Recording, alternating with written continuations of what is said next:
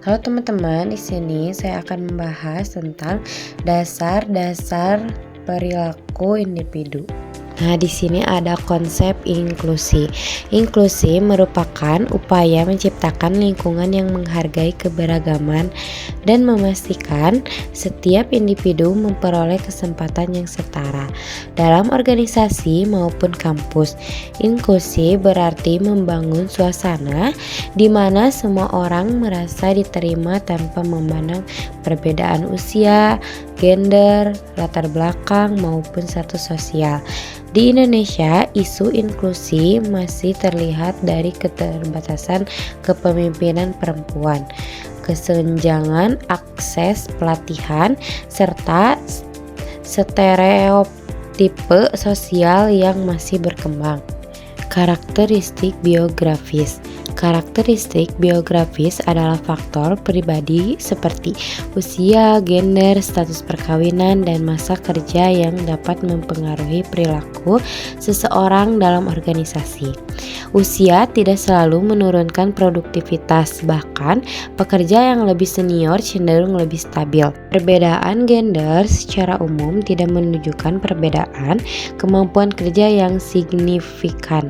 Sementara itu, status perkawinan dan masa kerja sering dikaitkan dengan tingkatan loyalitas serta kepuasan kerja yang lebih tinggi. Slide selanjutnya yaitu kemampuan individu. Kemampuan individu terbagi menjadi dua, yaitu kemampuan intelektual dan kemampuan fisik. Kemampuan intelektual mencakup kemampuan berpikir logis, memahami informasi, menganalisa masalah, serta daya ingat. Sementara itu, kemampuan fisik meliputi kekuatan, stamina, koordinasi, dan fleksibilitas.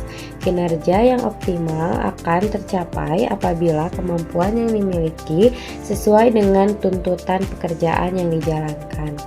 Slide selanjutnya yaitu konsep pembelajaran dalam perilaku. Perilaku individu dapat terbentuk melalui proses pembelajaran.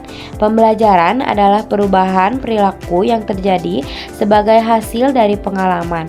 Teori pembelajaran menjelaskan bahwa seseorang dapat belajar melalui pengkondisian klasik, pengkondisian operan, maupun melalui pengamatan terhadap orang lain.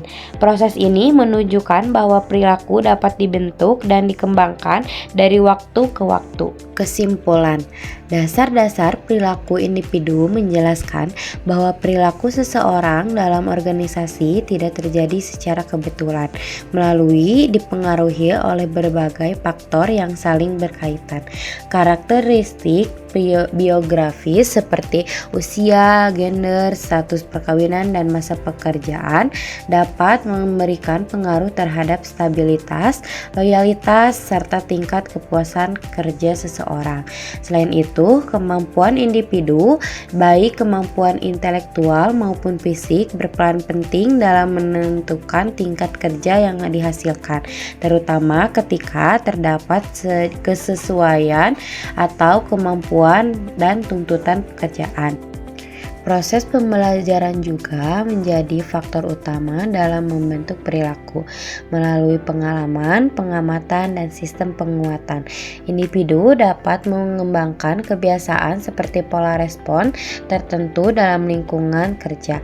Oleh karena itu, pemahaman mengenai perilaku individu sangat penting bagi organisasi untuk menciptakan lingkungan yang kondusif, meningkatkan efektivitas kerja, serta mendukung perkembangan sumber daya manusia secara keberlanjutan.